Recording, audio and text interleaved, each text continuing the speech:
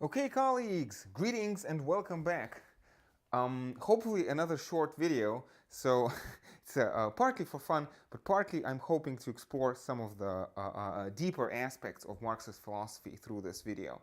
So basically, again, as I in some sense promised, right, the purpose of this YouTube channel is to talk about things there's never enough time to discuss in class, right? And one of these things is Fermi's paradox. Fermi's paradox. Now, without going into detail, you can definitely look this up by yourself.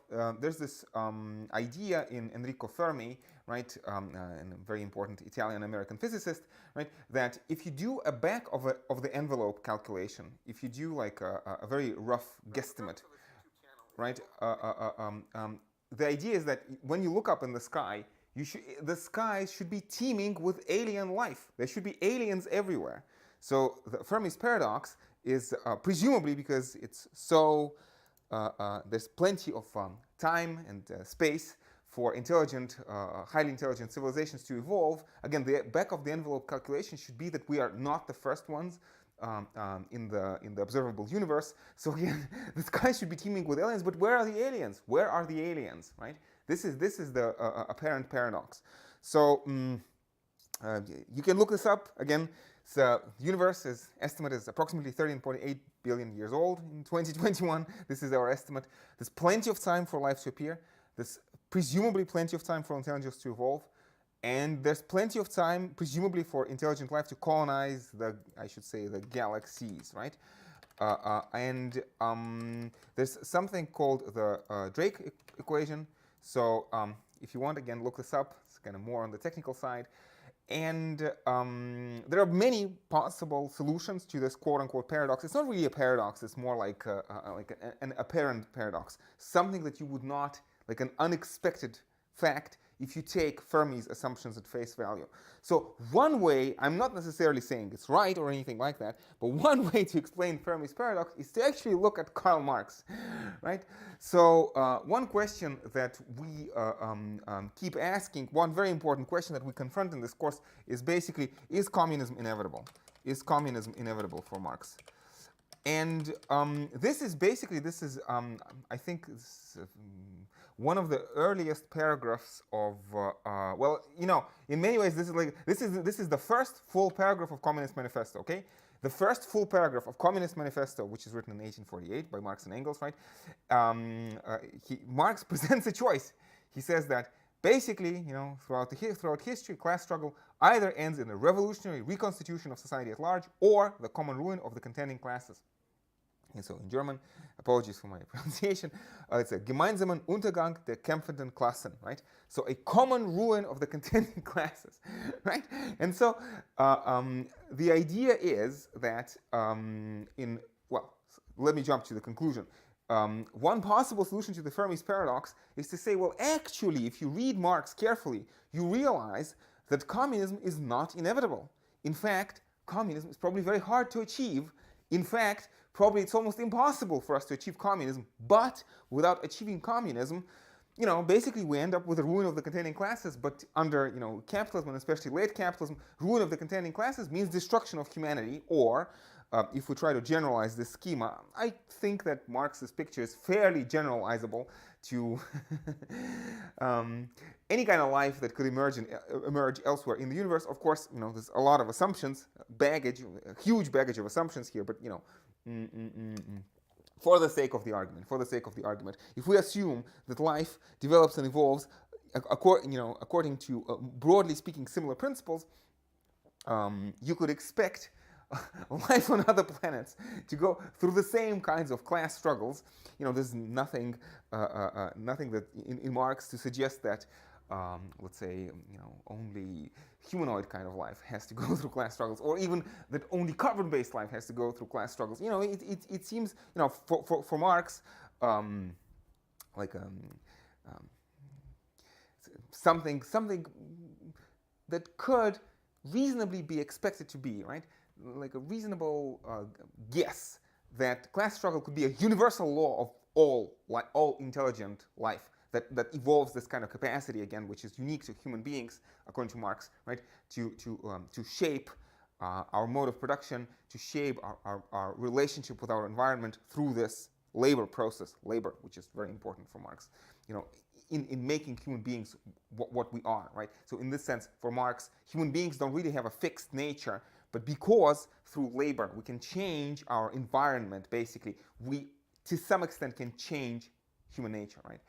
Anyway, so the point is that you know, if you extrapolate this picture that we have on Earth to the rest of the universe, you would imagine again that if it's theoretically hard to achieve something like communism, then this could potentially explain Fermi's paradox. Okay, let me go into slightly more detail on this, right? So the Communist Manifesto is sometimes classified as the first of the later works of Marx. So I would say that you know, it's not Marx's latest idea on the issue, right?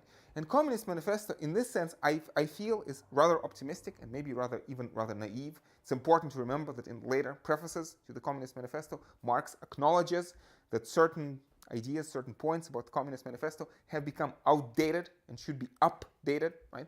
Especially the theory of transition. He writes this explicitly, right?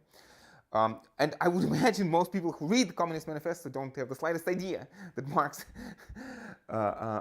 later revised his notions. Although, to be fair, Marx could have been clearer. I think Marx could have been clearer, and you know, part of the blame should be laid at Marx's door. Marx and Engels both could have been clearer that, you know, certain revisions were in order. On the one hand. And on the other hand, I mean, 1848 is a very interesting year, I feel, in the history of humanity, right? This, the year of revolutions. And you know, this was, like, optimism was in the air. And again, when Marx talks about communism, he's not talking about communism coming in, you know, in a decade or in 100 years. No, he wants communism then and there in 1848, right? But, you know, the revolutions mostly failed. And in many ways, I feel that there's a possible line to be drawn. So you know, let's ask the significance of 1848. That quite possibly, I feel that maybe World War I and consequently, therefore, World War II, right, were the consequences, in an important sense, inevitable consequences of the failure of the revolutions of 1848. Basically, you know, on this previous slide, right, I have this question of socialism or barbarism, and in 1848, Europe has chosen barbarism, and in an important sense, how is this supposed to work? So it's like this unrest is suppressed through deployment of police force, right? This has to also be accompanied by ideology, right? So suppression of 1848 revolutions leads to nationalism, right? And nationalism then leads to inevitably to World War I and World War II, because, you know, that's the price you have to pay for keeping labor in check, for keeping trade unions in check, right? And all sorts of issues to discuss here. Of course, it's very important to remember that the world in 1848 and the world in 2021 is a very different world. So I keep talking about this. Now, obviously, we do not live in communism, but certainly, there are some elements which have become standard for the more prosperous places in the world today. So for places like, you know, OECD countries, Europe, North America, Canada, Japan, things that we take for granted now, like universal suffrage, like social welfare, which were which did not exist in Marxist time, right? And like when we talk about from each according to his ability to each according to his need, right? The modern welfare state to some extent provides us with that, right? So free healthcare, free education. In places like Luxembourg, there's even free transportation, right? So this is basically, you know, from to each according to his need, at least to some extent. So I want to say, if you want to see examples of communism in action, don't look at Soviet Union or Soviet China, communist China, but look at places like, I don't know, Switzerland or Netherlands or Sweden, you know, countries with developed social welfare systems. But be that as it may, right? These are only local potential examples. I think to some extent maybe proofs of concept of communism, right? So examples of communism, you know, as a success in action. I want to say some like proof of concepts. So I like to talk about the Large Hadron Collider, maybe the International Space Station. I like to talk about, again, social welfare states. Again, we can open just Google countries by top spending, social welfare spending per capita. But let's say Netherlands, Sweden. You know, I'm as an example. Whoops. Something like that. Anyway, but the point is that, of course, obviously, very obviously, this is we're only talking about a very small percentage of population of the Earth. So we're close to 8 billion people. So 7 out of 8 billion people do not live in welfare states, right? So we are talking do not live in developed welfare states. And that's a problem. And the question is, can we make this jump? And is this important, right? And so in many ways, I feel that for Marx, this was crucially important, right? This is one of the key issues in the Communist Manifesto, that workers cannot fight for their rights alone. Workers cannot fight for their rights alone. Marx's own idea, Marx's own example is how you have, so internationalism. This is very important, right? So you have British, or I should say English, Protestants versus Irish Catholics. And I would imagine that, in Marx's time, these people hated each other, and maybe with the important historical precedents, right, that fuel this hatred. I don't want to go into the details right now, right? But Marx says, look, English workers, if you want to gain labor rights, you have to help the Irish organize, because otherwise industry will simply, even if you are successful in gaining some rights, industry will simply move out. It will simply ship out to countries with more lax labor laws, where anything goes and corporations can exploit the workers harder, right? And you can translate this into the world today, right? So imagine Israeli workers versus Palestinian workers. And I mean this example very seriously in many respects. And one thing I want to stress is that, like, workers from advanced countries are supposed to help workers from less advanced countries unionize. Help them unionize and build international trade unions. So we're looking for international trade unions. But the problem is nationalism in many ways. I should do a whole video on nationalism, and Marxists take. So there's well, yeah. Let me write the word nationalism. Signal that this is the big problem. In many ways, maybe the biggest problem that stands in the way of communism, right? And basically, the idea of divide and conquer. This is how the bourgeoisie conquers the proletariat, right? That's the whole thing. The capital has no country. Capital has no country. So in this sense, capital has this bargaining advantage, bargaining power against the workers who are country bound, who cannot simply move out, ship out, right? And there are very interesting social, not a Marxist, but a social democrat, John Hobson, who has some very interesting ideas about nationalism and problems with global international order, and which leading up to the First World War. So John Hobson. There's of course Lenin's idea about imperialism as the final highest stage of capitalism, and there's Emanuel Wallerstein, right? So basically, the question is, what will drive the workers to unionize across state borders? What will drive the workers to unionize across state borders? And the short answer for Marx is, again, remember, this is supposed to be a materialist account. The economic base should drive the ideological superstructure. So there should be a reason or a mechanism that will, if you want, force the workers to unionize. And this is, in Marx's day, this was supposed to be the crisis of overproduction, right? So the crisis of overproduction. So the road to communism in the manifesto, right? Oops.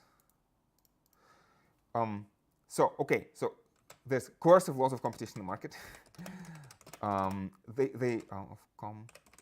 Of market competition.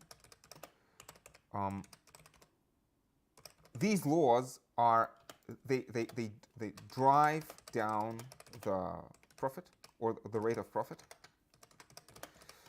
And therefore, they drive down the wages. It's important to remember the bourgeoisie are not evil, right? Exploitation is a systematic problem which requires a systematic solution.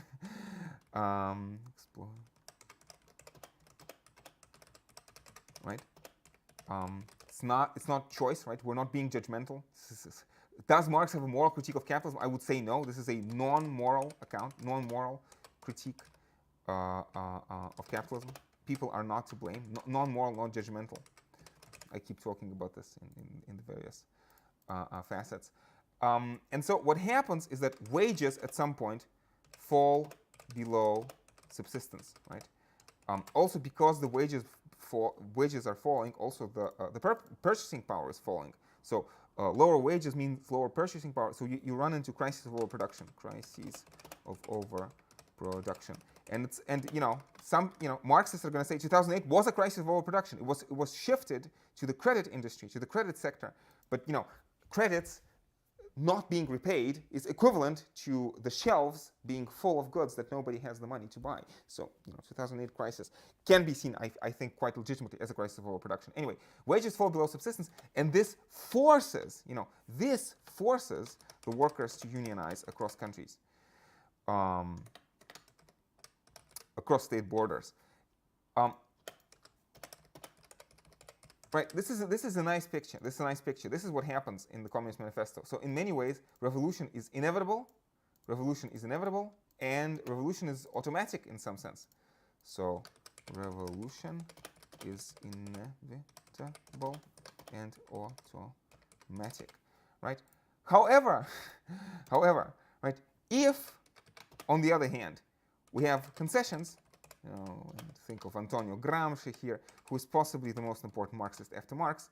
If you get concessions plus nationalism, right? So this would be a part of, again, maybe idea of hegemony that Gramsci talks about, ideological hegemony. Then, because it's important. Revolution is inevitable and automatic. It forces the workers to unionize. Again, there's this very important phrase for Marx: workers have nothing to lose but their change. Right? Workers have nothing to lose but their chains. Let's give them something to lose, right? So if you give the workers something to lose, then instead of seeking instead of seeking to go beyond capitalism, maybe the workers will seek advantages within capitalism, concessions within capitalism. And this would mean that revolution is actually very hard to achieve, maybe impossible. Maybe impossible. Okay, maybe the communist revolution is impossible because, for many reasons, Marx insists that communist revolution has to be international, global revolution. Communism is possible only as world communism, right? Anyway, so okay. So revolution is impossible. So what, right? But here's the point. Like, on the one hand, this means that we can never go beyond capitalist system, which is exploitative and alienating, right? So we're going to have to live with exploitation and alienation indefinitely. And alienation indefinitely, right? And actually, Marx, I think, in the preface to the Contribution to the Critique of Political Economy, Marx very famously says, right, that the transformation of the material base can be determined with the precision of the natural science. However, men must become conscious of the conflict and fight it out. And when he writes that, my natural interpretation of this phrase is that Marx, agrees that revolution is not inevitable. It's a question of real political struggle, which you can win, but you can also lose, right? And so that becomes an issue, right? And all of these problems with Lenin's ideas of vanguard party. I don't want to talk about everything at the same time, but it's there, right? But exploitation and alienation indefinitely. Okay, it sounds bad, but what does this have to do with the Fermi paradox? But I want to say there's something that Marx obviously had this intimation that capitalism doesn't care about the environment. Capitalism destroys the environment. Marx had this notion, right? But and Weber, who is influenced by Marx, right, says that the logic of capitalist mode of production is basically that you're gonna go forward until you burn the last lump of coal, or the last ton of coal is burned, right? This is a very famous quote from Weber, right? So capitalism is going to get going as long is going is going to continue destroying the environment until there's nothing left to destroy, right? And so, in many ways, I feel that this is exactly what we see today. So we talk about global challenges. So global challenges require global cooperation. And so we run into this problem. There's the free rider problem, or if you want, the prisoner's dilemma. And again, there's this notion of coercive laws of market competition. Coercive laws of market competition, right? And think about examples of global challenges. Think about Veritasium recently has done an interesting video about meteorites, asteroids, that we should actually be on the lookout for asteroids, but we are not. Why? Because of the coercive laws of competition in the market. It's not profitable to look out for asteroids.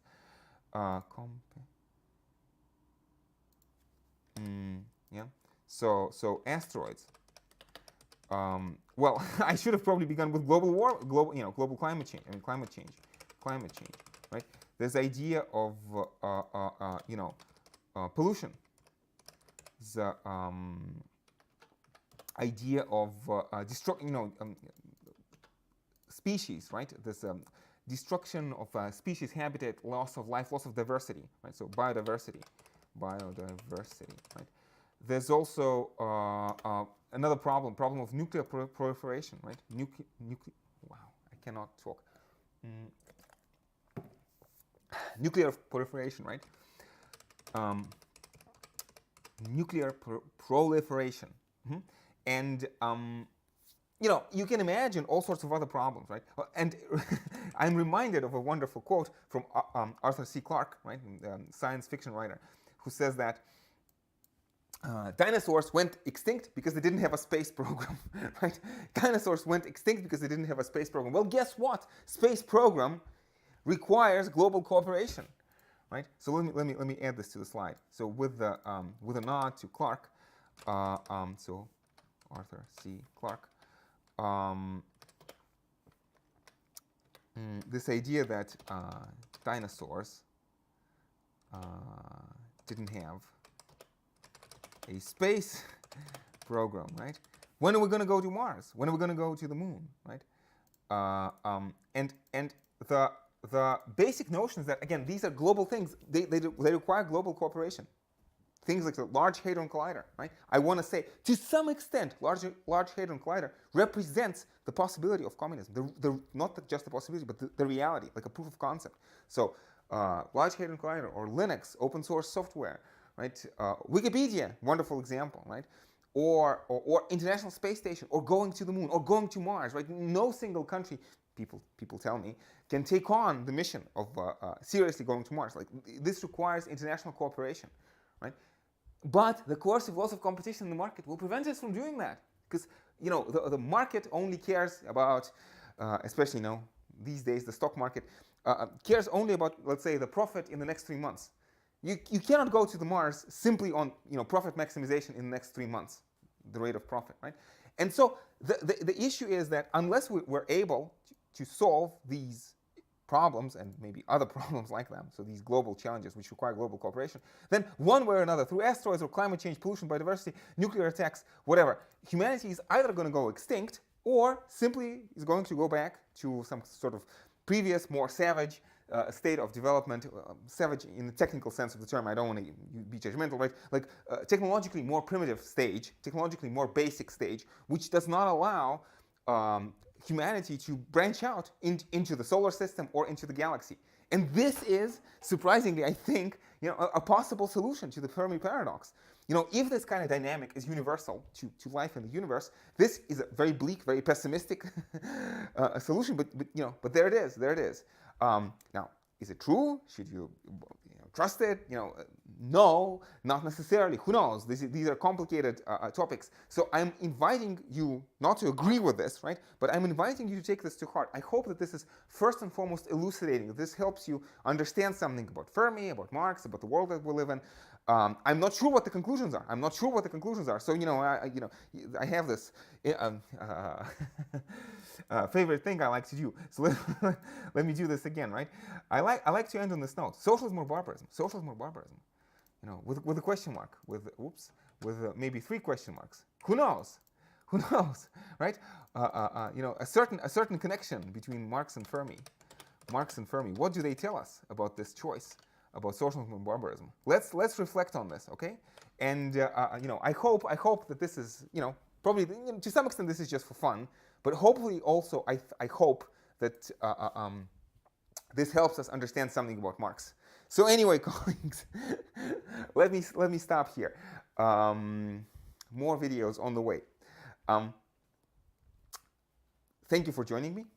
I hope this was stimulating. As always, stay safe in our interesting times. Stay safe, take care, and I'll see you around.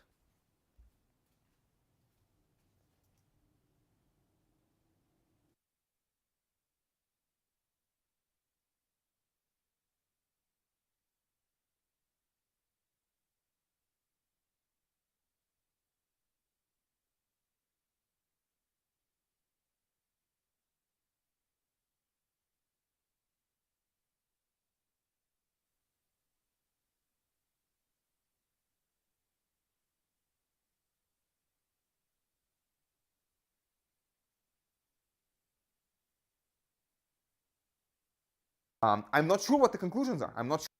Marx and Fermi. Thank you for joining me. I hope this was stimulating. As always, stay safe in our interesting times.